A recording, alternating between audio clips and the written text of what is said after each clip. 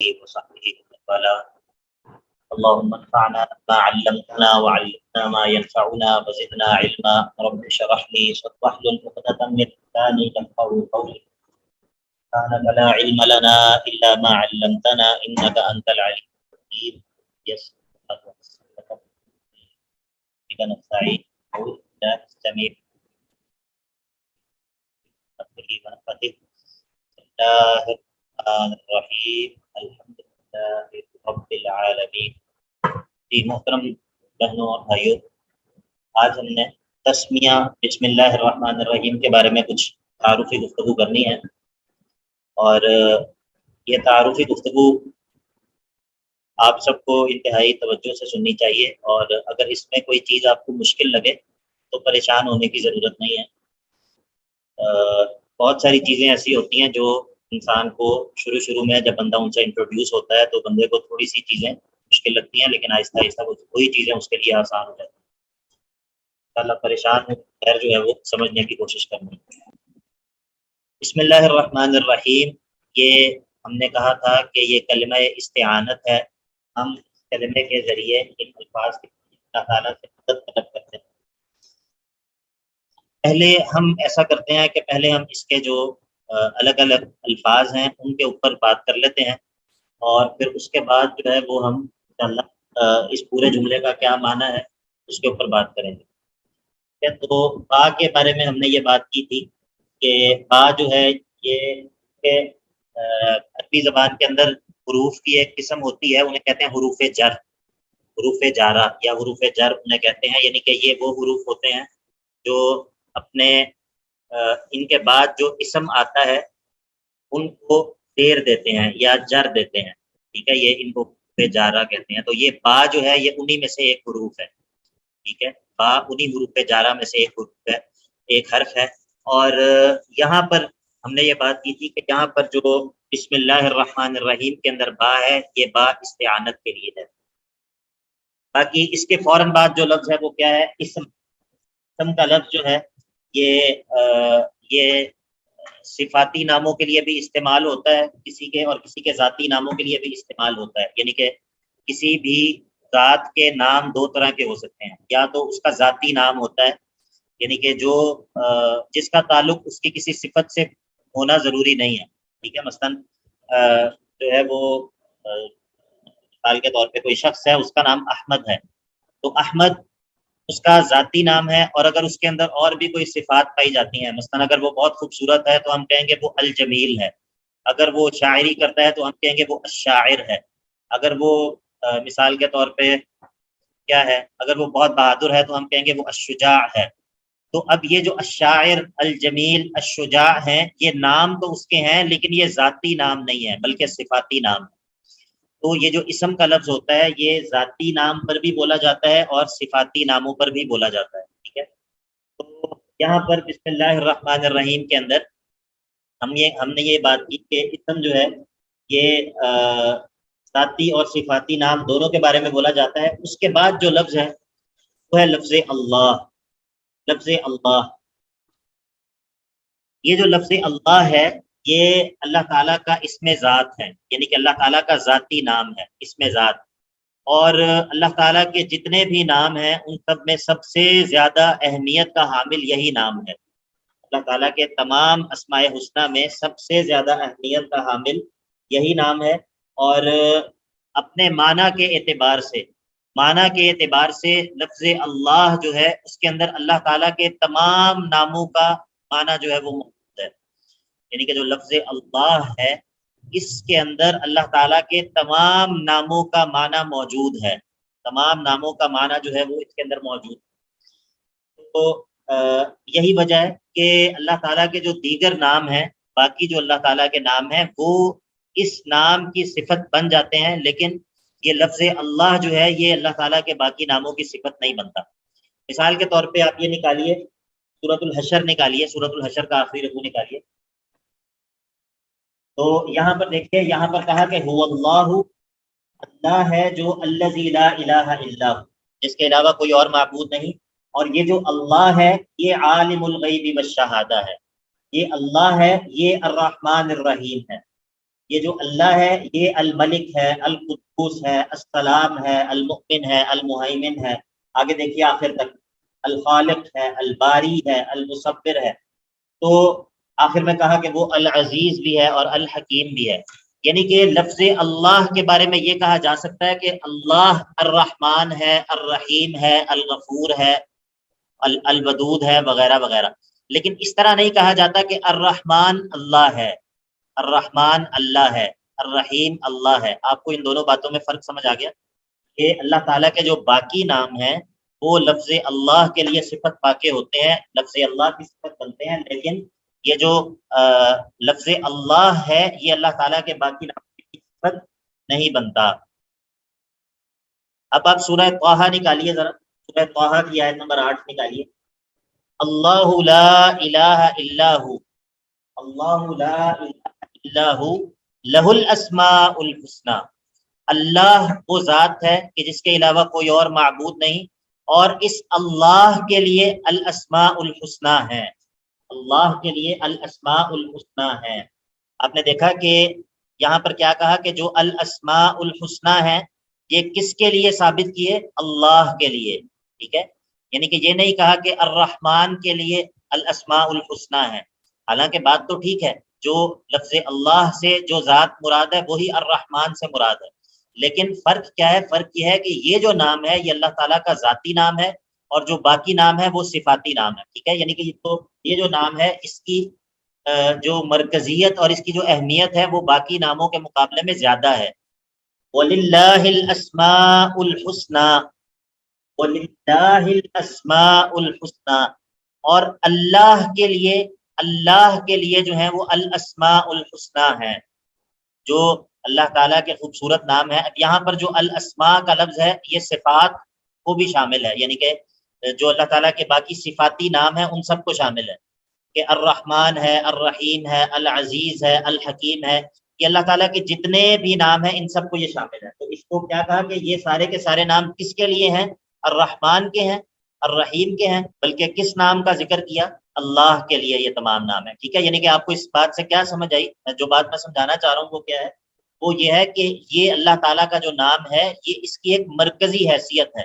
اللہ تعالیٰ کے جو باقی نام ہیں وہ اللہ تعالیٰ کے صفاتی نام ہیں، لیکن یہ اللہ تعالیٰ کا ذاتی نام ہے، اس میں ذات ہے. جی بات سمجھ آ گئی سب کو؟ اور یہی وجہ ہے کہ علماء کی ایک بڑی تعداد جو ہے وہ اسی نام کو اللہ تعالیٰ کا اسم اعظم قرار دیتی ہے. اللہ تعالیٰ کا اسم اعظم جس کے ذریعے اللہ تعالیٰ کو پکارا جائے تو اللہ تعالیٰ جو ہے وہ دعا کو قبول کرتا ہے. علماء کی ایک جماعت کا موقف یہ ہے کہ اللہ تعالیٰ کا اسم اعظم یہی لفظ اللہ ہے. ٹھیک ہے، اس بات کو تسلیم کیا جائے یا نہ کیا جائے، لیکن بہرحال یہ بات ماننے والی ہے کہ یہ نام اللہ تعالیٰ کے باقی تمام ناموں کے اندر ایک نمایاں حیثیت ضرور رکھتا ہے. اب ہم تھوڑی سی بات کر لیتے ہیں کہ اللہ تعالیٰ کے ناموں میں سے اس نام کی حیثیت نمایاں کیوں ہے. تو دیکھیے جو اللہ تعالیٰ کے تمام صفاتی نام ہیں، تو اللہ تعالیٰ کے تمام صفاتی نام ہیں وہ یا تو اللہ تعالیٰ کے کسی کمال کی خبر دیتے ہیں کہ اس کے اندر یہ صفت پائی جاتی ہے، صفت کمال پائی جاتی ہے، یعنی کہ ایسی صفت ہے اللہ تعالیٰ کے اندر، یہ ایک ایسی صفت پائی جاتی ہے جس کے اندر بالکل بھی کسی بھی قسم کا نقص اور عیب نہیں ہے. مثال کے طور پہ ہم کہتے ہیں کہ اللہ تعالیٰ الحی ہے، الحی ہے. اب اس کا کیا مطلب ہے؟ اس کا مطلب یہ ہے کہ اللہ تعالیٰ ایسی حیات اور ایسی زندگی ہے، اللہ تعالیٰ کی صفت ایسی زندگی ہے کہ جو زندگی ہمیشہ سے ہے اور ہمیشہ رہے گی. اور اللہ تعالیٰ کی جو یہ زندگی ہے اس کے اوپر کبھی بھی موت نہیں آتی، اللہ تعالیٰ پر کبھی نیند نہیں آتی، کبھی اونگ نہیں آتی، اور یہ حیات کامل حیات ہے. اور اس کائنات کے اندر اور جس چیز کے اندر بھی زندگی پائی جاتی ہے وہ اللہ ہی کی عطا کرتا ہے. ٹھیک ہے، یہ ہے معنی کس کا؟ الحی کا یہ معنی ہے. تو اللہ تعالیٰ کی بعض صفات تو ایسی ہیں جو اللہ تعالیٰ کی کسی صفت کمال کی خبر دیتی ہیں، اور بعض صفات ایسی ہیں جو ہمیں اللہ تعالیٰ کے کسی عیب سے پاک ہونے کی خبر دیتی ہیں. ٹھیک ہے، مطلب بعض صفات کے اندر یہ بات ہوتی ہے کہ اللہ تعالیٰ کے اندر یہ صفت پائی جاتی ہے، اور بعض صفات کے اندر اللہ تعالیٰ کی پاکی کا بیان ہوتا ہے. مثال کے طور پہ ہم کہتے ہیں کہ اللہ تعالیٰ القدوس ہے، القدوس ہے. اس کا معنی کیا ہے؟ اس کا معنی یہ ہے کہ وہ پاکیزہ ہے، ہر قسم کے عیب سے، ہر قسم کے نقص سے، ہر قسم کے جو ہے وہ بری چیز سے وہ پاک ہے، اس ان سب چیزوں سے وہ منزہ ہے، پاک ہے، پاکیزہ ہے۔ تو اللہ تعالیٰ کی تمام تر صفات انہی دو قسم کی ہوتی ہیں، ٹھیک ہے، یہاں تک بات سمجھ آ گئی آپ کو؟ تو جب ہم یہ کہتے ہیں کہ لفظ اللہ، جب ہم بولتے ہیں لفظ اللہ، تو اللہ کا مطلب کیا ہے؟ اللہ جو ہے یہ اصل میں الہن تھا، الہن سے بنا ہے، یعنی کہ لغت کے اعتبار سے، لینگویج کے اعتبار سے، گرامر کے اعتبار سے اصل میں یہ الہن تھا، الہ، اصل میں یہ لفظ کیا تھا؟ الہ، اور الہ کا معنی کیا ہوتا ہے؟ معبود، جس کی عبادت کی جائے۔ الہ کا معنی کیا ہوتا ہے؟ معبود، جس کی عبادت کی جائے۔ اب جب آپ کہتے ہیں، جب آپ نے اس کو بنا دیا الالہ، الالہ یعنی کہ پہلے تھا الہن، الہ، پھر اس کے بعد اس کے ساتھ ہم نے الف لام ایڈ کر دیا، اور یہ الالہ کے ساتھ جب الف لام داخل ہو گیا تو پھر یہ بن جاتا ہے اللہ، ٹھیک ہے۔ جب الہن کے ساتھ الف لام اس پر داخل ہو گیا تو پھر یہ دونوں مل کر یہ اللہ تعالیٰ کا اسم ذاتی بن گیا، جس کو کہتے ہیں اللہ۔ اور اس کا معنی کیا ہے؟ اس کا معنی پھر یہ ہو گیا، پہلے الہن کا معنی تھا صرف معبود، پہلے الہن کا معنی تھا صرف معبود، ٹھیک ہے، لیکن جب یہ اس کے اوپر الف لام بھی داخل ہو گیا، اب یہ ایک خاص معبود ہے، وہ معبود جو معبود برحق ہے، معبود برحق یعنی کہ وہ ذات جو ڈیزرو کرتی ہے کہ اسی کی عبادت کی جائے، وہ ذات جو ڈیزرو کرتی ہے کہ اسی کی عبادت کی جائے، وہ ذات جو حقیقتاً عبادت کی مستحق ہے۔ آپ کو یہاں تک بات سمجھ آ گئی؟ اس بات کو سمجھ لیں، یہ بات، جی جی بتائیے۔ شیخ صاحب یہ لکھ کے بتا سکتے ہیں آپ ہاں الہن کیسے لکھا جائے گا؟ جی جی دیکھیں آپ، میں لکھ رہا ہوں، چیٹ باکس میں دیکھیں آپ، لکھا ہے میں نے۔ جی بڑی مہربانی، شکریہ جی بارک اللہ فیک۔ تو اب پھر لفظ اللہ کا مطلب کیا ہو گیا؟ لفظ اللہ کا مطلب کیا ہو گیا؟ کیا نتیجہ نکلا کہ لفظ اللہ کا مطلب کیا ہے؟ بتائے کوئی، انٹریکٹ کیا کریں بھائی، مجھے بڑا عجیب سا لگتا ہے میں اپنے آپ سے باتیں کروں۔ چیٹ باکس کے اندر لکھا کریں۔ السلام علیکم سر۔ وعلیکم السلام۔ سر پھر اللہ کا مطلب یہی ہوا کہ معبود یعنی وہ ذات جو حقیقتاً جو ہے عبادت کے لائق، جو وہ ذات جو حقیقتاً عبادت کے لائق ہے۔ اچھا اب ذرا آپ غور کریں، اب آپ اس بات کو سمجھیں جو بات میں نے اس سے پہلے کہی ہے کہ اللہ تعالیٰ کے تمام نام جو ہیں، تمام نام وہ اس نام کے اندر وہ معنی کے اعتبار سے موجود ہیں۔ چلیے اب دیکھیے، کیا کوئی ایسی ذات معبود برحق ہو سکتی ہے جس پر موت طاری ہوتی ہو؟ کیا خیال ہے؟ ایسی ذات کو معبود ہونا چاہیے، ہو سکتی ہے کہ جو جس پر کبھی موت آ سکتی ہو، یا جس پر کبھی اونگ اور نیند آ سکتی ہو؟ نہیں سر، نہیں ہو سکتی، ٹھیک ہے۔ تو کیا کوئی ایسی ذات معبود ہو سکتی ہے جس میں کوئی عیب یا نقص پایا جاتا ہو؟ مثلاً وہ لم یلد ولم یولد، وہ ذات کسی سے پیدا ہوئی ہو اور آگے اس نے اولاد پیدا کی ہو، اور وہ اپنے کاموں کے لیے اس اولاد کی محتاج ہو، تو یہ محتاجگی تو ایک عیب اور نقص ہے۔ تو کیا ایسی ذات معبود برحق ہو سکتی ہے؟ اس کو ہونا چاہیے؟ نہیں ہو سکتی۔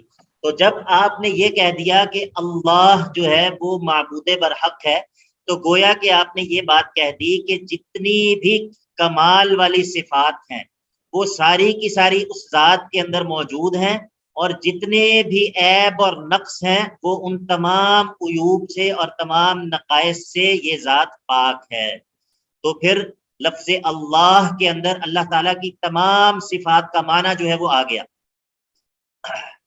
اس بات کو سمجھ لیں، یہ ہر جگہ ملنے والی بات نہیں ہے، یہ آپ کو ہر جگہ نہیں ملے گی۔ لفظ اللہ کے اندر تمام اللہ تعالیٰ کے اسماء کا معنی جو ہے وہ شامل ہو گیا۔ کس کس کو سمجھ نہیں آئی وہ بتائیں تاکہ ان کو سمجھایا جا سکے۔ جی نئے طلبہ بھی بتائیں، بہنیں بھی بتائیں، بھائی بھی بتائیں، سب کو سمجھ آ رہی ہے؟ اچھا جی، اب پھر لفظ اللہ کا مطلب کیا ہو گیا کہ ایک ایسی ذات کہ جو اکیلی اس بات کی مستحق ہو کہ وہی تمام قسم کی عبادات اسی کے لیے بجا لائی جائیں، ٹھیک ہے، عبادات کسی بھی قسم کی ہوں۔ ایک بار ریپیٹ کر دیں۔ اچھا جی، میں ایک دفعہ ریپیٹ کر رہا ہوں تاکہ جو رہ گئے ان کو بھی سمجھ آ جائے، اور جنہوں کو سمجھ آ گئی ہے ان کی سمجھ میں اور اضافہ ہو جائے، ٹھیک ہے۔ دیکھیے ہم نے یہ بات کی کہ لفظ اللہ جو ہے یہ اللہ تعالیٰ کا اسم ذات ہے، اور اللہ تعالیٰ کے ناموں میں اہم ترین نام جو ہے وہ یہ ہے، اور ہم نے یہ کہا کہ یہ نام اہم ترین اسی لیے ہے کہ اللہ تعالیٰ کے جتنے بھی باقی نام ہیں وہ سارے کے سارے اس نام کے اندر پائے جاتے ہیں، ٹھیک ہے۔ اب جو اللہ تعالیٰ کے باقی جتنے بھی صفاتی نام ہیں، ٹھیک ہے، مثال کے طور پہ ہم نے ابھی بات کی تھی سورہ حشر کے اندر، ہم نے سورہ حشر نکالی تھی، آپ اس کو دیکھیں، اس کے آخر میں جو اللہ تعالیٰ کی صفات کا تذکرہ ہے، وہ اللہ تعالیٰ کی جو صفات ہیں یا تو وہ ایسی ہوں گی جو ہمیں بتا رہی ہوں گی اللہ تعالیٰ کی کسی صفت کمال کے بارے میں، کہ اللہ تعالیٰ کے اندر یہ صفت پائی جاتی ہے، یہ صفت پائی جاتی ہے، یہ صفت پائی جاتی ہے، ٹھیک ہے، اور یا پھر اس صفت اللہ تعالیٰ کا وہ نام ہمیں بتا رہا ہوگا اللہ تعالیٰ کے کسی عیب سے پاک ہونے کے بارے میں، ٹھیک ہے، یعنی کہ یہ دو ہی طرح کی باتیں ہوں گی، یا تو اس نام سے ہمیں یہ پتہ چلے گا کہ اللہ تعالیٰ کے اندر یہ کمال والی صفت پائی جاتی ہے، یا پھر یہ پتہ چلے گا کہ اللہ تعالیٰ اس عیب سے پاک ہے، یہی دو قسم کے نام ہوں گے، ٹھیک ہے۔ تو جب ہم یہ کہتے ہیں کہ وہ اللہ ہے، تو جب ہم کہتے ہیں کہ وہ اللہ ہے تو ہم گویا کہ یہ کہہ رہے ہیں کہ یہ ایک ایسی ذات ہے جو کہ ڈیزرو کرتی ہے کہ اسی کی عبادت کی جائے، معبود برحق ہے، یہی ذات اس بات کی مستحق ہے کہ اس کی عبادت کی جائے۔ تو جب ہم نے یہ مان لیا کہ یہی وہ ذات ہے جو اس بات کی مستحق ہے کہ اسی کی عبادت کی جائے، تو یہ بات خود بخود ثابت ہو گئی کہ یہ ذات ہر قسم کے عیب اور نقص سے پاک ہے، اور یہ ذات جتنی بھی کمال کی صفات ہیں، جتنی بھی خوبصورت صفات کمال کی صفات ہیں، وہ ساری کی ساری اس ذات کے اندر پائی جاتی ہیں۔ تو پھر جب ہم لفظ اللہ کہتے ہیں تو یہ تمام جتنے بھی اللہ تعالیٰ کے نام ہیں اور جتنے بھی اللہ تعالیٰ کی صفات ہیں وہ تمام کی تمام اس کے اندر آ جاتی ہیں۔ جی اسامہ اکبر بھائی کچھ واضح ہوا؟ یہ انشاءاللہ یہ بات جو ہے وہ بار بار دہرائی جاتی رہے گی۔ اللہ تعالیٰ کے اسماء اور صفات جو ہے نا، یہ جو سب سے بڑا علم ہے، سب سے زیادہ عظیم ترین علم ہے اس کائنات کے اندر، وہ اللہ تعالیٰ کے اسماء اور صفات کا علم ہے۔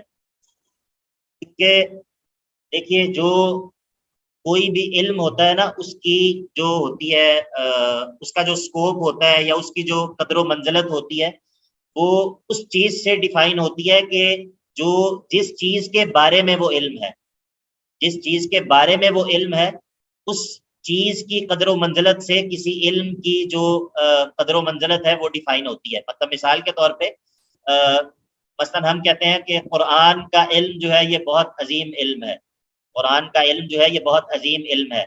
تو قرآن کا علم اتنا عظیم علم کیوں ہے؟ کیونکہ قرآن بہت عظیم ہے۔ سیرت کا علم، اللہ کے نبی علیہ الصلوۃ والسلام کی سیرت کے بارے میں علم، یہ بہت عظیم علم ہے، بہت شرف و منزلت والا علم ہے۔ کیوں؟ کیونکہ جس ذات کے بارے میں یہ علم ہے وہ ذات بہت قدر و منزلت والی ہے کہ اللہ کے نبی علیہ الصلوۃ والسلام۔ ٹھیک ہے، آپ کو یہاں تک بات سمجھ آ رہی ہے؟ تو یہ جو اللہ تعالیٰ کے اسماء اور صفات ہیں، یہ جو اللہ تعالیٰ کے اسماء اور صفات ہیں، یہ ہمیں کس ذات کے بارے میں ہمیں بتاتے ہیں، کس ذات کے بارے میں ہمیں علم ملتا ہے ان سے؟ اللہ تعالیٰ کے ناموں سے ہمیں اللہ کے بارے میں، اور کیا اللہ سے زیادہ کوئی ذات قدر و منزلت والی ہو سکتی ہے اس کائنات میں؟ تو اسی لیے یہ جو اللہ تعالیٰ کے اسماء اور صفات کا علم ہے یہ بہت عظیم علم ہے، بہت عظیم علم ہے، اور اس علم کو جو ہے وہ حاصل کرنا چاہیے۔ اس کے ذریعے، اس علم کے ذریعے ہمیں اللہ تعالیٰ کی معرفت حاصل ہوگی، اور اگر اسی علم کی، یہی علم جب ہمیں حاصل ہوگا تو اس کے نتیجے میں، چلیے ابھی اس کے اوپر ہم تھوڑی اور بات کر لیتے ہیں کیونکہ یہ بات اہم ہے۔ دیکھیے اس کائنات کے اندر یا اس دنیا کے اندر آپ کسی کے ساتھ بھی کوئی تعلق قائم کرتے ہیں، دوستی کا یا دشمنی کا یا محبت کا، کسی بھی طرح کا کوئی تعلق جو ہوتا ہے وہ تب قائم ہوتا ہے جب آپ کو اس کی پہچان اور معرفت ہوتی ہے۔ کیا ایسا ہو سکتا ہے کہ آپ کو ایک کسی شخص سے، کوئی شخص ہے جو افریقہ میں موجود ہے اور نہ آپ کو اس کا نام پتہ ہے، نہ آپ کو اس کے قد کے بارے میں پتہ ہے، نہ آپ کو اس کے حسن کے بارے میں پتہ ہے، نہ آپ کو اس کی خوبیوں کے بارے میں پتہ ہے، نہ اس کی خامیوں کے بارے میں پتہ ہے، اور آپ کو کہا جائے کہ آپ اس سے محبت کریں یا آپ اس سے نفرت کریں؟ کیا ایسا ہو سکتا ہے؟ جی کیا ایسا ہو سکتا ہے؟ جی نہیں سر، نہیں ہو سکتا، ٹھیک ہے۔ تو اس کا مطلب یہ ہے کہ کسی بھی قسم کا تعلق قائم کیا جائے تو وہ بعد میں ہوتا ہے، اس سے پہلے کیا ہوتی ہے؟ معرفت ہوتی ہے، اس سے پہلے معرفت ہوتی ہے۔ تو مجھے بتائیے کہ ہم چاہتے ہیں کہ ہم اللہ تعالیٰ کیا ہمارا اللہ تعالیٰ کے ساتھ عبادت کا تعلق قائم ہو جائے، ہم یہ سب یہ چاہتے ہیں کہ ہمارا دل جو ہے وہ اللہ تعالیٰ کا عبد بن جائے، ہمارا دل جو ہے وہ اللہ تعالیٰ کی عبودیت میں آ جائے، ہم سب یہ بات چاہتے ہیں۔ اب عبودیت کا تعلق قائم کیسے ہوگا جب تک اس دل کو اللہ تعالیٰ کی معرفت ہی نہیں ہے؟ یعنی کہ عبودیت کا تعلق کیسے قائم ہوگا؟ عبودیت جس کے اندر اللہ تعالیٰ کی محبت بھی ہے، جس کے اندر اللہ تعالیٰ کی خشیت بھی ہے، خوف بھی ہے، خشوع بھی ہے، اور اللہ تعالیٰ پر توکل بھی ہے، یہ تمام جو قلبی عبادات ہیں یہ اسی صورت میں ہمارے دل کے اندر پیدا ہو سکتی ہیں جب اللہ تعالیٰ کی معرفت ہوگی۔ ٹھیک ہے، تو اللہ تعالیٰ کی معرفت کیسے ہوگی؟ وہ ہمیں ہوگی اللہ تعالیٰ کے اسماء اور صفات کے ذریعے۔ جب ہم اللہ تعالیٰ کے ناموں کو پڑھیں گے تو ایک ایک نام سے ہمیں جو ہے وہ اللہ تعالیٰ کی خوبیوں کے بارے میں پتہ چلے گا، اللہ تعالیٰ کی عظیم صفات کے بارے میں پتہ چلے گا۔ تو جس قدر انسان اس معرفت میں بڑھتا چلا جاتا ہے، جس قدر اس کے دل کے اندر یہ چیزیں راسخ ہوتی جاتی ہیں اللہ تعالیٰ کی صفات، تو اسی قدر پھر اس کا دل جو ہے وہ اللہ تعالیٰ کی محبت سے، اللہ تعالیٰ کی خشیت سے، اللہ تعالیٰ کے خوف سے بھرتا چلا جاتا ہے۔ اور پھر جب دل اللہ تعالیٰ کی محبت سے، اللہ تعالیٰ کی خشیت سے، اللہ تعالیٰ کے خوف سے بھر جاتا ہے تو پھر اس کے بعد کیا خیال ہے؟ جس جسم کے اندر یہ دل ہوگا وہ جسم پھر اللہ تعالیٰ کی عبودیت میں آ جائے گا یا نہیں آئے گا؟ کیونکہ جو بدن کی عبودیت ہے، جو بدن کی عبودیت ہے وہ تو تابع ہے دل کی عبودیت کے۔ جب تک دل اللہ تعالیٰ کا عبد نہیں بنے گا اس وقت تک بدن اللہ تعالیٰ کا عبد نہیں بن سکتا۔ ٹھیک ہے، اللہ کے نبی علیہ الصلوۃ والسلام نے کیا فرمایا ہے؟ اللہ کے نبی علیہ الصلوۃ والسلام کی حدیث ہے کہ الا ان فی الجسد لمضغہ، خبردار انسان کے دل کے جسم کے اندر ایک ایسا ٹکڑا ہے کہ اذا صلحت صلح الجسد کلہ، جب وہ ٹکڑا ٹھیک ہو جاتا ہے تو پورا جسم جو ہے وہ ٹھیک ہو جاتا ہے۔ واذا فسدت فسد الجسد کلہ الا وہی القلب، خبردار وہ ٹکڑا کیا ہے؟ وہ دل ہے۔ ٹھیک ہے، تو ہمیں اپنی ظاہری عبادات کو سنوارنے کی کوشش جتنی ہم کرتے ہیں اس سے بہت زیادہ کوشش ہمیں کس چیز کی کرنی چاہیے؟ کہ ہمارا دل جو ہے وہ اللہ تعالیٰ کا عبد بن جائے، یعنی کہ ہماری قلبی عبادات جو ہیں وہ ہمارے دل کے اندر آ جائیں، اور ہمارا دل جو ہے جب وہ اللہ تعالیٰ کا عبد بن جائے گا تو یہ جو ظاہری عبادات ہیں یہ خود بخود ٹھیک ہو جائیں گی۔ ٹھیک ہے، اس بات کے اندر تھوڑی سی تفصیل میں نے اسی لیے کی ہے کہ یہ اہم بات ہے، مطلب ہمارا قرآن پڑھنے کا مقصد صرف یہ نہیں ہے کہ ہمیں قرآن کا ترجمہ طوطے کی طرح یاد ہو جائے، اصل مقصد تو یہ ہے کہ ہماری اصلاح ہو اور قرآن پڑھنے سے روحانیت پیدا ہو۔ اگر قرآن پڑھنے سے روحانیت پیدا نہ ہو اور تعلق باللہ مضبوط نہ ہو اور انسان کو اللہ تعالیٰ کی پہچان نہ ہو تو پھر کوئی فائدہ نہیں ہے ایسے قرآن پڑھنے کا۔ یعنی کہ قرآن جو ہے وہ اس کا اساسی مقصد یہ ہے کہ انسان کو اللہ تعالیٰ کی معرفت حاصل ہو۔ آپ سب لوگوں نے یہ تقریر سمجھ لی، جو اتنی لمبی تقریر ابھی ہوئی ہے، سمجھ آ گئی سب کو؟ کوئی بات اگر رہ گئی ہے تو بتائیے، اس کو دوہرا لیتے ہیں انشاءاللہ، پھر آگے چلتے ہیں۔ اب ہم آگے بات کر لیتے ہیں الرحمن اور الرحیم میں۔ الرحمن اور الرحیم میں پہلی بات تو یہ ہے کہ یہاں پر لفظ اللہ کے فوراً بعد یہ الرحمن کیوں آیا؟ یہاں پر لفظ اللہ کے فوراً بعد الرحمن کو کیوں ذکر کیا ہے؟ پہلا سوال تو یہ ہے جی۔ سورۃ الفرقان نکالیے، آیت نمبر 60، سورۃ الفرقان آیت نمبر 60 نکال لیجیے آیت۔ وَإِذَا قِيلَ لَهُمُ اسْجُدُوا لِلرَّحْمَنِ قَالُوا وَمَا الرَّحْمَنُ، جب ان سے مشرکین مکہ سے کہا جاتا کہ رحمان کو سجدہ کرو، رحمان کو سجدہ کرو، تو وہ کہتے یہ رحمان کیا چیز ہے؟ قالوا وما الرحمن، یہ رحمان کیا ہے؟ ہم نہیں جانتے کسی رحمان کو۔ تو چونکہ مشرکین مکہ اللہ تعالیٰ کے اس نام کا انکار کرتے تھے، اس کو تسلیم نہیں کرتے تھے، تو اسی لیے لفظ اللہ کے فوراً بعد کون سا نام ذکر کیا؟ الرحمن۔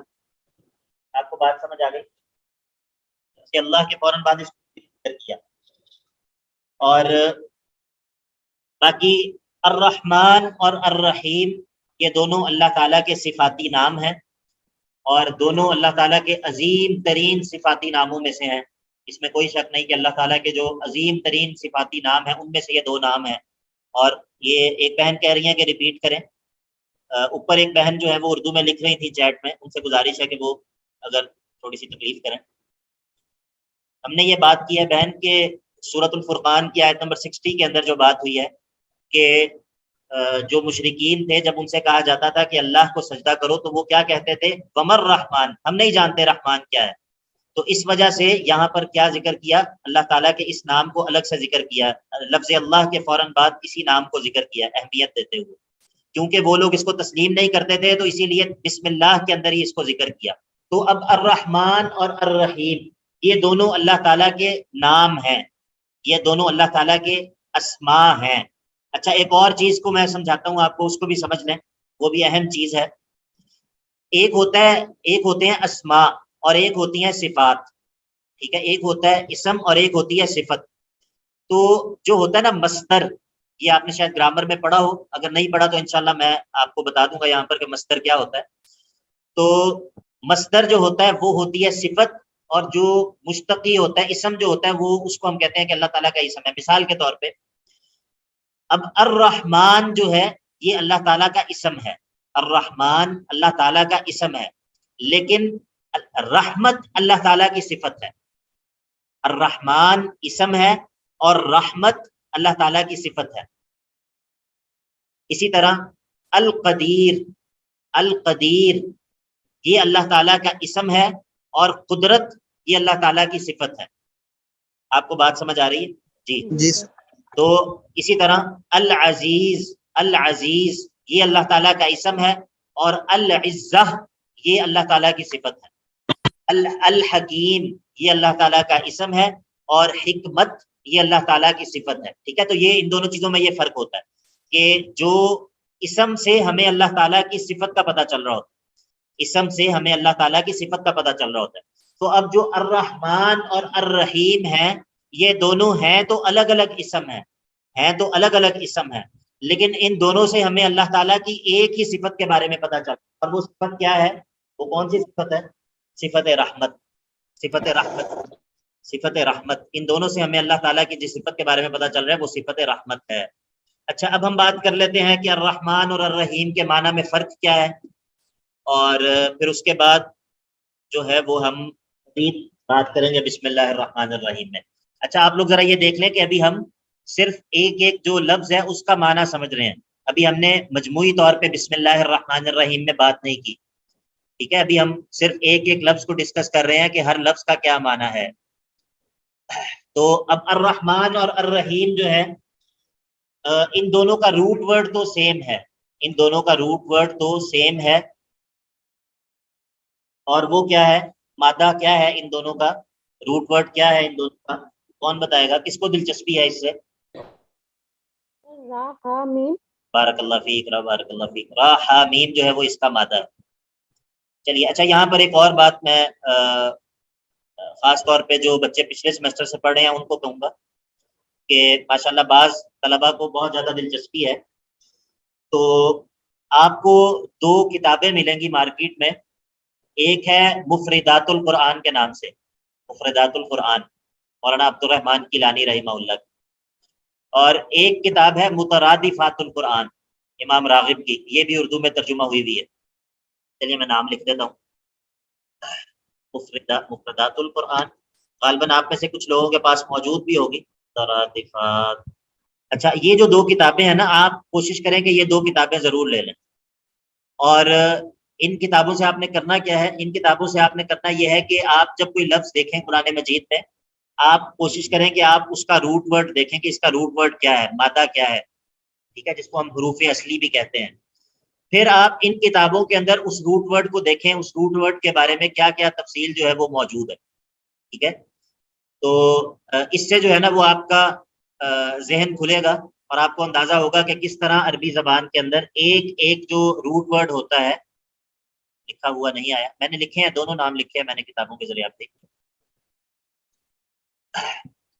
اس سے جو ہے نا وہ آپ کو یہ آئیڈیا ہوگا کہ کس طرح ایک روٹ ورڈ جو ہوتا ہے وہ قرآن مجید میں کتنے معانی میں استعمال ہو رہا ہوتا ہے. ٹھیک ہے، ایک روٹ ورڈ کے کتنے معانی ہوتے ہیں. ٹھیک ہے، یہ بات ویسے ہی میرے ذہن میں آئی اور جو ہے وہ میں نے کر دی ہے، نہیں ملا. سر وہ آپ اصل میں ایوری ون اگر سلیکٹ کریں گے نا تو سب کو آئے گا، شاید کسی اور کا میسج آپ کے نام پہ وہاں فکس ہے تو ان کو سارے میسیجز جا رہے ہیں. اچھا میرا پھر کوئی بھی میسج نہیں آ رہا، اس کا مطلب یہ بہن ابھی تک کوئی نہیں آیا. اچھا یہ تو بڑا عجیب معاملہ ہو گیا. اور میں کب نہیں سے وہ لکھ آپ رہا ہوں؟ ایوری ون سلیکٹ کر لیں تو پھر مین چیٹ پر انشاءاللہ آ جائے گا. جی جی کر لیا میں. اب آ گیا جی، اب آ گیا. جزاک اللہ. چلیے یہ اچھا ہو گیا. دراصل میں یہ ایک ہی بہن کو شو ہو رہا ہے جن کو میں میسج کر رہا تھا، باقی کو شو ہی نہیں ہو رہا. چلیے جی تو اچھا جی، بات اب یہاں پر پہنچ گئی ہے کہ الرحمن اور الرحیم جو ہے ان دونوں کا روٹ ورڈ سیم ہے، لیکن ان دونوں میں پھر فرق کیا ہے؟ اگر روٹ ورڈ سیم ہے تو پھر دونوں میں فرق کیا ہے؟ تو فرق ان دونوں میں یہ ہے گرامر کے اعتبار سے کہ جو الرحمن ہے اس کے اندر زیادہ مبالغہ ہے. الرحمن جو ہے اس کے اندر زیادہ مبالغہ ہے، ایک چیز کی جو انٹینسٹی ہے وہ زیادہ ہو. تو یہ جو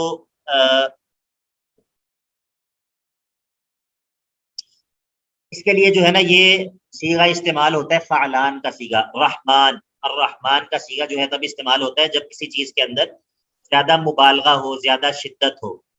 اور اس کے مقابلے میں جو فعیل کا وزن ہے یعنی کہ جو الرحیم ہے یہ تب استعمال ہوتا ہے جب کسی چیز کے اندر زیادہ کنٹینیوٹی ہو، یعنی کہ کوئی چیز زیادہ مستقل ہو. یعنی کہ مطلب دونوں میں فرق یہ ہے کہ الرحمن کا مطلب یہ ہے کہ جس کی رحمت شدت سے ہے، جس کی رحمت میں شدت ہے، ٹھیک ہے. اور الرحیم کا معنی یہ ہے کہ جس کی رحمت مستقل ہے. الرحیم کا معنی یہ ہے کہ جس کی رحمت مستقل ہے، ٹھیک ہے. اس کے علاوہ بھی بعض علماء نے الرحمن اور الرحیم میں کئی فرق بیان کیے ہیں. مثال کے طور پہ بعض علماء یہ کہتے ہیں کہ جو الرحمن ہے یہ وہ ذات ہے جس کی رحمت سب لوگوں کے لیے یکساں ہے، چاہے وہ مومن ہو چاہے وہ کافر ہو، سب کے لیے اس کی رحمت یکساں ہے. اور الرحیم جو ہے یہ ایمان والوں کے ساتھ خاص ہے، کیونکہ قرآن مجید میں اللہ تعالیٰ کا نام یہ ذکر ہوا ہے وَكَانَ بِالْمُؤْمِنِينَ رَحِيمًا، وَكَانَ بِالْمُؤْمِنِينَ رَحِيمًا. تو یہاں پر مؤمنین کے ساتھ لفظ رحیم استعمال ہوا ہے. اور جہاں پر سورہ طٰہٰ کے اندر کہا الرحمن علی العرش استویٰ، رحمان جو ہے وہ عرش پر مستوی ہے. تو عرش جو ہے وہ ایک ایسی مخلوق ہے جو کہ تمام مخلوقات کو گھیرے میں لیے ہوئے ہے، تو وہاں پر الرحمن کا لفظ استعمال کیا. تو اس کے علاوہ بھی بعض فرق جو ہے وہ علماء نے بیان کیے ہیں. مثال کے طور پہ الرحمن وہ ہے جس کا تعلق آسمان کے ساتھ ہے، الرحیم وہ ہے جس کی رحمت کا تعلق زمین کے ساتھ ہے. اسی طرح الرحمن سے عمومی رحمت مراد ہے، الرحیم سے خصوصی رحمت مراد ہے. بعض علماء یہ کہتے ہیں کہ الرحمن وہ ہے جو دنیا میں رحم کرتا ہے، اور الرحیم وہ ہے جو آخرت میں رحم کرتا ہے. اسی طرح الرحمن وہ ہے جو بڑی نعمتیں دینے والا ہے، الرحیم وہ ہے جو چھوٹی چھوٹی نعمتیں بھی دینے والا ہے. مطلب اس طرح مختلف فرق جو ہے وہ اللہ رب العزت نے کیے ہیں، علماء نے جو ہے وہ کیے ہیں. اللہ تعالیٰ کے اس نام ان دونوں ناموں میں مختلف فرق بیان کیے ہیں. لیکن ایک بات جو ان دونوں میں کامن ہے وہ یہ ہے کہ یہ دونوں نام ہمیں اللہ تعالیٰ کی ایک ہی صفت کے بارے میں خبر دیتے ہیں، ایک ہی صفت کے بارے میں خبر دیتے ہیں. اور وہ صفت کیا ہے؟ وہ صفت رحمت ہے، وہ صفت رحمت ہے. تو ایک سوال یہ بھی ہے کہ بسم اللہ الرحمن الرحیم میں انہی تینوں ناموں کو کیوں ذکر کیا ہے؟ انہی تینوں ناموں کو کیوں ذکر کیا ہے؟ تین ناموں کو کیوں ذکر کیا ہے؟ تو اس کی وجہ یہ ہے کہ جو کفار تھے وہ کہا کرتے تھے کہ بسم اللہ والمنات والعزا، وہ اپنے بتوں کے نام لیا کرتے تھے. کفار جو ہے وہ تسمیہ کے اندر اپنے تین بتوں کے نام لیا کرتے تھے، اس لیے ان کے لات، منات اور عزا کے مقابلے میں ان تین ناموں کو ذکر کیا ہے، ٹھیک ہے. اور اس کے علاوہ اس میں کیا بات ہے؟ میرا خیال ہے کہ یہ تو بات ہو گئی. اللہ الرحمن الرحیم میں لفظ اللہ کا معنی کیا ہے، اور الرحمن کا معنی کیا ہے، الرحیم کا معنی کیا ہے. اور اگر آپ یہاں پر بھی دیکھیں تو الرحمن اور الرحیم کو لفظ اللہ کی صفت کے طور پہ لایا گیا ہے. یعنی کہ ایسا نہیں کہا گیا کہ بسم الرحمن الرحیم اللہ، یا یہ نہیں کہا گیا کہ بسم الرحمن اللہ الرحیم، بلکہ یہاں پر بھی الرحمن اور الرحیم کو اللہ تعالیٰ کے کون سے نام کی صفت کے طور پہ ذکر کیا گیا ہے؟ لفظ اللہ کی صفت کے طور پہ ذکر کیا گیا ہے. ٹھیک ہے، یہ بات جو ہم نے پہلے بھی کی ہے اور آیات بھی نکلوائی ہیں. یہ بات میں کر رہا تھا کہ یہ جو رحیم کا لفظ ہے یہ اللہ تعالیٰ کے علاوہ کے لیے بھی استعمال کیا جا سکتا ہے. قرآن مجید کے اندر اللہ کے نبی علیہ الصلوۃ والسلام کے بارے میں ہے کہ بالمؤمنین رؤوف الرحیم، توبہ کے آخر میں بالمؤمنین رؤوف الرحیم، کہ یہ جو نبی ہیں یہ مومنوں کے لیے بڑے ہی شفقت کرنے والے اور بڑے ہی مہربان ہیں. لیکن جو رحمان کا لفظ ہے یہ غیر اللہ کے لیے استعمال نہیں کیا جا سکتا، اور رحمان کا غیر اللہ کے لیے استعمال نہیں کیا جا سکتا. یہ جو لوگوں نے اپنی دکانوں کے نام رکھے ہوتے ہیں یہ درست نہیں ہے، ٹھیک ہے، رحمان ملک شاپ وغیرہ وغیرہ، یہ چیز نہیں ہے، یہ اللہ تعالیٰ کا نام ہے، اللہ تعالیٰ کے ساتھ خاص ہے، اس کو کسی اور کے لیے استعمال نہیں کرنا چاہیے۔ اچھا، اب بات یہ ہے کہ آپ ذرا نکالیے سورۃ الاعراف آیت نمبر 180، سورۃ الاعراف آیت نمبر 180 نکالیے۔ جی نکال لی؟ ماشاءاللہ اس سیمسٹر میں کم از کم کلاس پڑھانے کا مزہ تو آ رہا ہے نا، 17-18 لوگ 19 لوگ ہوتے ہیں ماشاءاللہ، بارک اللہ۔ وَلِلَّهِ الْأَسْمَاءُ الْحُسْنَى فَادْعُوهُ بِهَا، اس آیت پر ذرا غور کرنا ہے آپ نے۔ اس آیت کو آپ نے بہت مرتبہ سنا اور بہت مرتبہ پڑھا ہوگا، لیکن اس آیت پر غور شاید آپ نے نہ کیا ہو۔ ذرا دیکھیے آیت نمبر 180 180، وَلِلَّهِ الْأَسْمَاءُ الْحُسْنَى، وَلِلَّهِ الْأَسْمَاءُ الْحُسْنَى، اور اللہ ہی کے لیے خوبصورت نام ہے، اللہ ہی کے خوبصورت خوبصورت نام ہے، تو فَادْعُوهُ، فَادْعُوهُ تو بس تم پکارو اللہ کو، تم پکارو اللہ کو،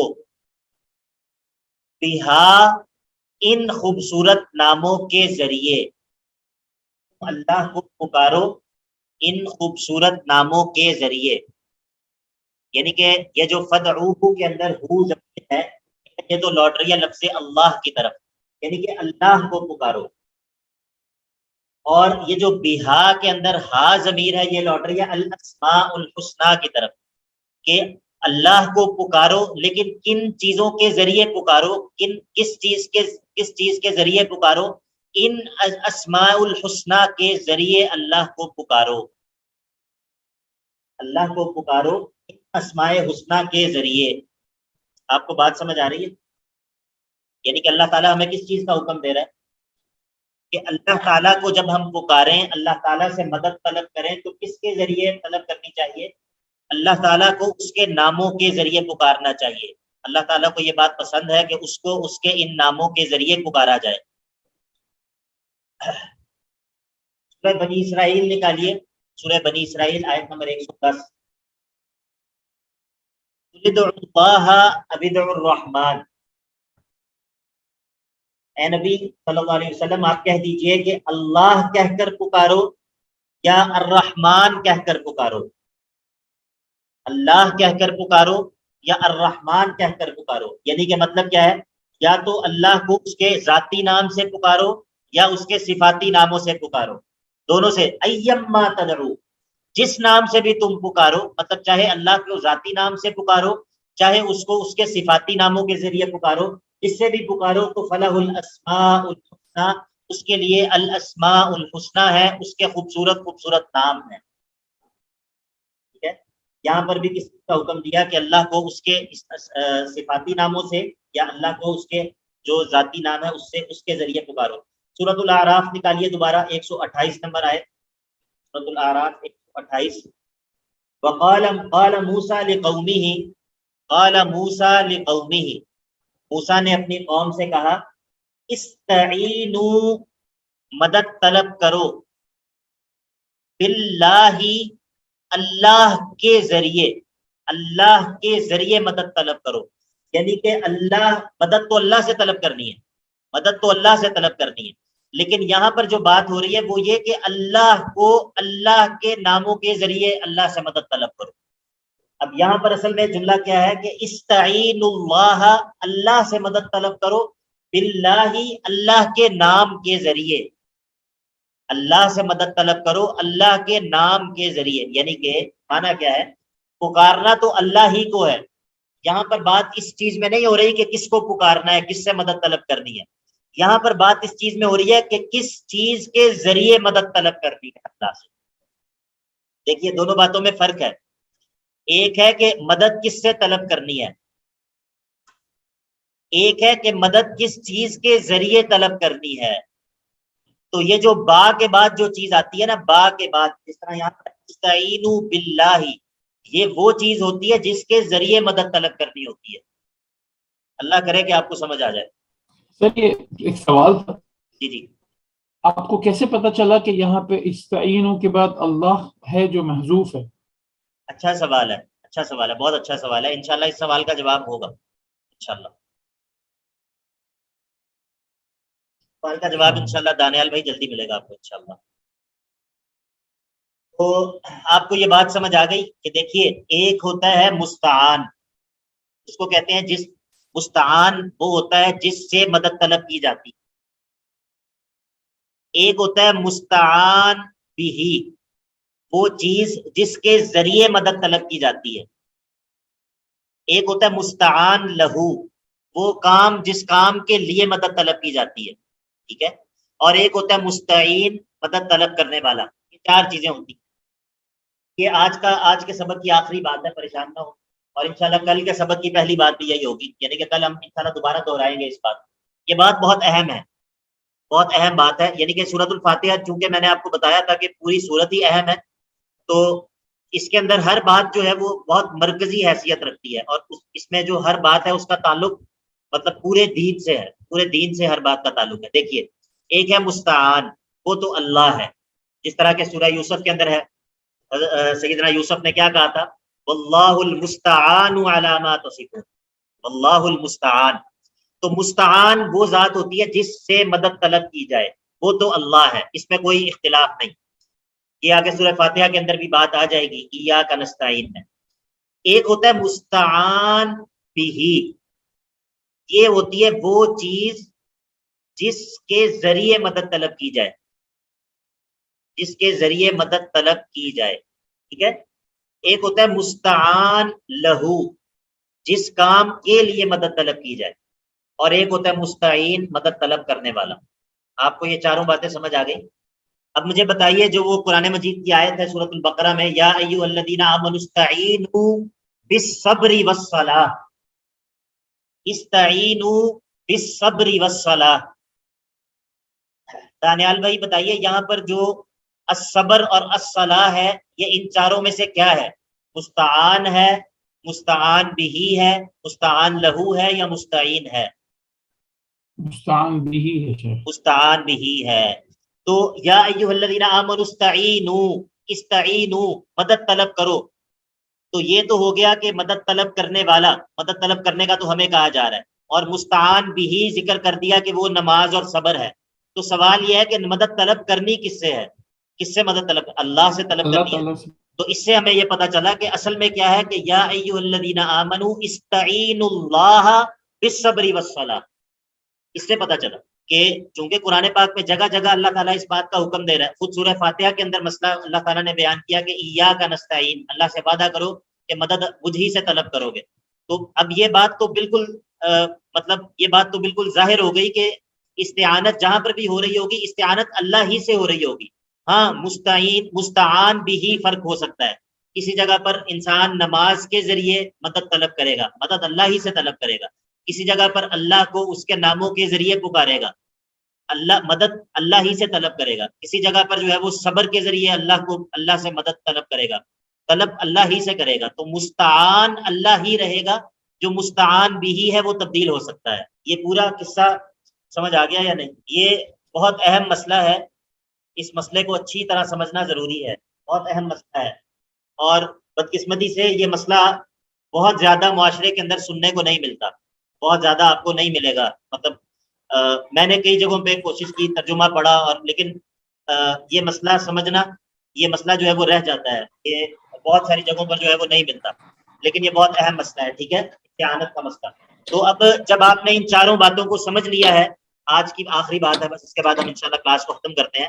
آپ نے جب ان چاروں باتوں کو سمجھ لیا ہے کہ ایک ہوتا ہے مستعین مدد طلب کرنے والا، ایک ہوتا ہے مستعان جس سے مدد طلب کی جاتی ہے، ایک ہوتا ہے مستعان بھی جس کے واسطے سے، جس کے ذریعے مدد طلب کی جا رہی ہوتی ہے، اور ایک ہوتا ہے مستعان لہو جس کام کے لیے مدد طلب کی جا رہی ہوتی ہے۔